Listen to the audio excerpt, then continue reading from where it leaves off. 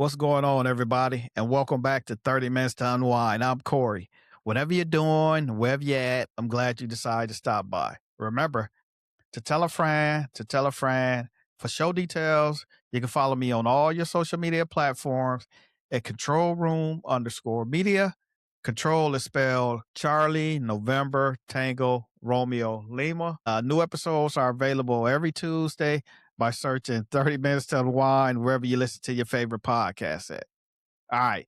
Just a friendly reminder, if you are a returning listener or if this is your first time listening to the show, I am not a doctor or psychiatrist.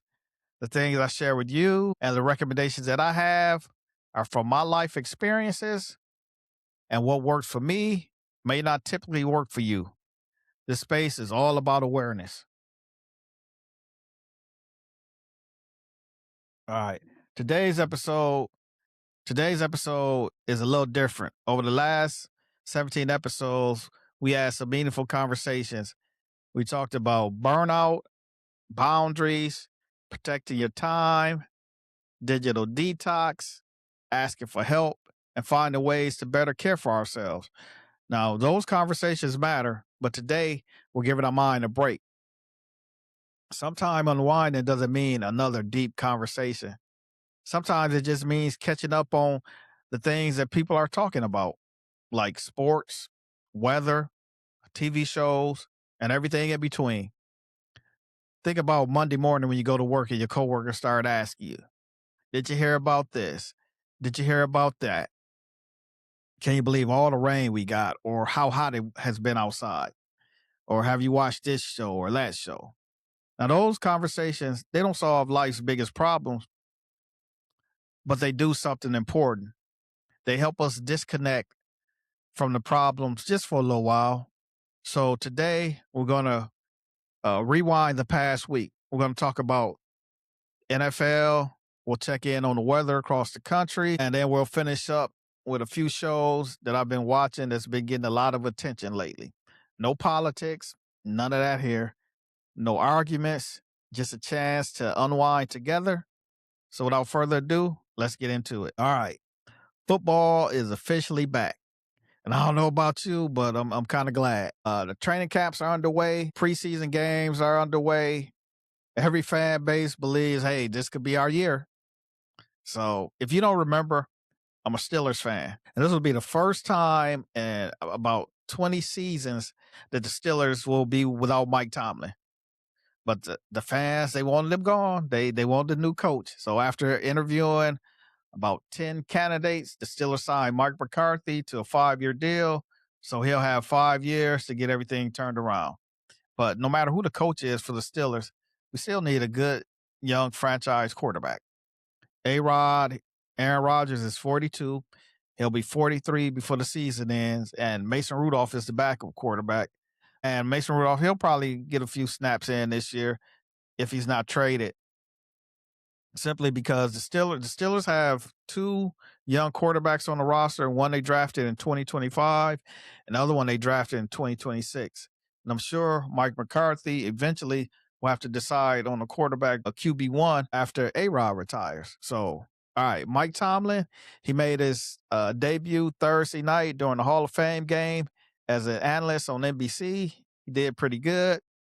And I'm sure that once the season is over and the new coach hiring cycle begins, Mike Tomlin's name is going to be at the top of a lot of teams' lists.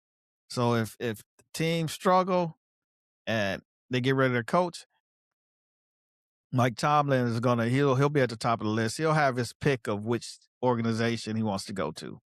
All right. Pro Football Hall of Fame class of 2026 was officially enshrined in Canton. The class members include Drew Brees, Larry Fitzgerald, Luke Kuechly, Adam Vinatieri, and Roger Craig. So congratulations to all those players. And around here, one of the biggest things everybody's been talking about is Stephon Diggs signing with the Washington Commanders. And I talked to a few Commanders fans, and some of them prefer Brandon Ayuk over Diggs. Not sure why. But I think the Commanders, they did a good job. They made the best decision. Stephon Diggs, he's from this area, so he's coming home. He played his college football at the University of Maryland. And yeah, he could be somewhat of a diva, but I mean, name one wide receiver that's not. And the trade-off is pretty good because he's going to catch every pass. He runs great routes, and now he'll be paired with Terry McLaurin, and that's an exciting combination on paper for Jaden Daniels because, I mean, they could use the help. And another story to be watching is the quarterback competition in Cleveland. Can Shador Sanders make a serious push for QB1, or does Deshaun Watson hold on to the job? Training camp has everybody debating what the Browns should do. Nothing has been decided yet. Competition is still open. But last year, I want to say last year, the Browns restructured Watson's crazy contract, and he'll probably end up getting cut after the season next March. But I think this year he'll be named QB1 just because all the money that they're paying him, and he's only played like 19 games. Played 6 games in 2022, 6 games in 2023, and 7 games in 2024. Last season, he didn't play at all. So I just think they want to get their money's worth out of him.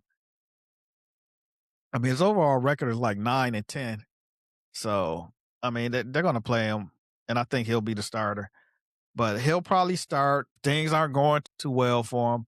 He'll more than likely be benched. Then they'll let Shador come in, and he'll play the rest of the season unless he's having issues. But I think the Browns is going to have to make a decision on QB1, their quarterback one of the future, because they have 2 first-round draft picks in 2027. You already know every team with first-round draft picks is going to be maneuvering and doing whatever they can do to get Arch Manning or Dante Moore. Arch Manning, he'll be probably number 1 on everybody's board. And I know Mel Kiper has already got his preseason draft picks out. So I think Cleveland needs to make a decision this year on their QB of the future. All right. College football is right around the corner also. The preseason coaches poll has been released. The Buckeyes are number 1, followed by Oregon, Georgia, Texas, and Notre Dame. They round out the top 5. My Wolverines are ranked number 16, and this will be the first year of the Kyle Whittingham era. And I expect Bryce Underwood to show a great deal of improvement from his freshman season to now. The coaches plan to use Underwood in a more mobile role with design runs like the past, like Utah systems, because that's the system that they'll be running. He has 2 of his favorite returning targets, Andrew Mars and tight end J.J. Buchanan. The defense will be solid. Still should be ranked one of the best defenses in the Big Ten, despite having a new coaching staff. Michigan returns several key defensive starters, and they have a few good impact transfers. But we'll see how things go from week to week because the schedule that Michigan has is brutal. It's pretty rough. To go on the road to Ohio State and to Oregon. So I mean, we got a pretty brutal schedule, but we'll get through it.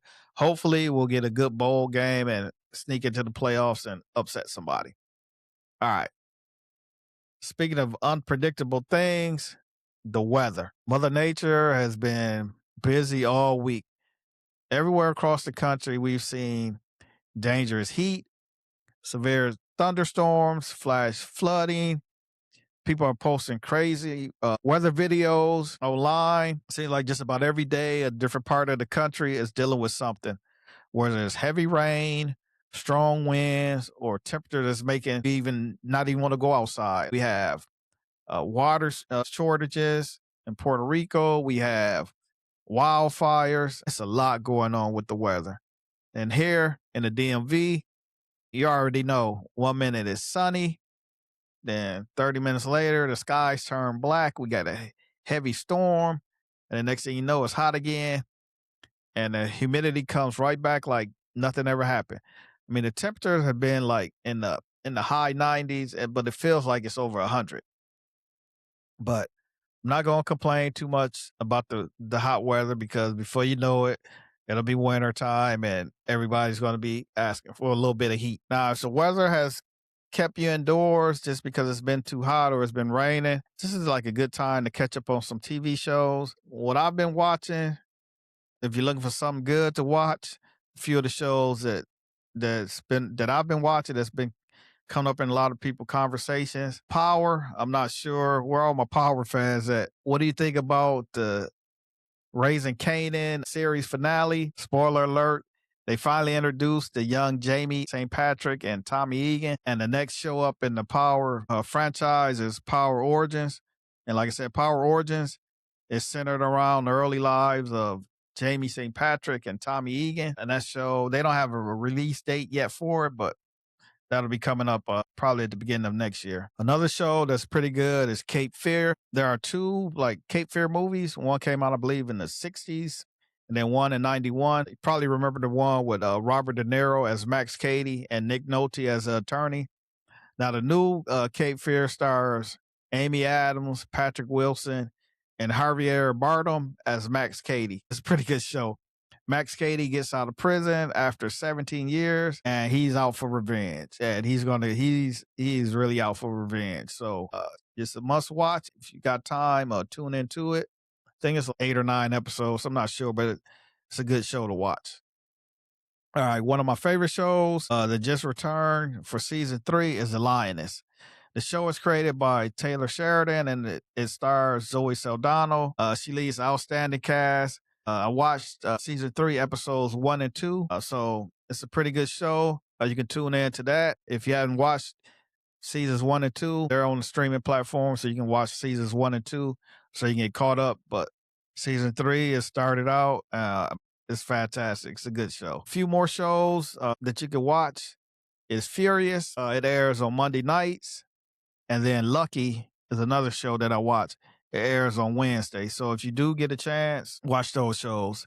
If you can't find anything good on TV, just always remember you can. If all else fails, just tune in to Tubi. I mean, you can watch a good movie or catch a good laugh. All right, the summer is winding down, so if you've been planning a cookout or one more last road trip or weekend getaway, this is the perfect time to do it, because depending on where you live, school is right around the corner. So hopefully, wherever you are, you find at least a few minutes this week to unplug and just unwind and just enjoy yourself without getting yourself too stressed out.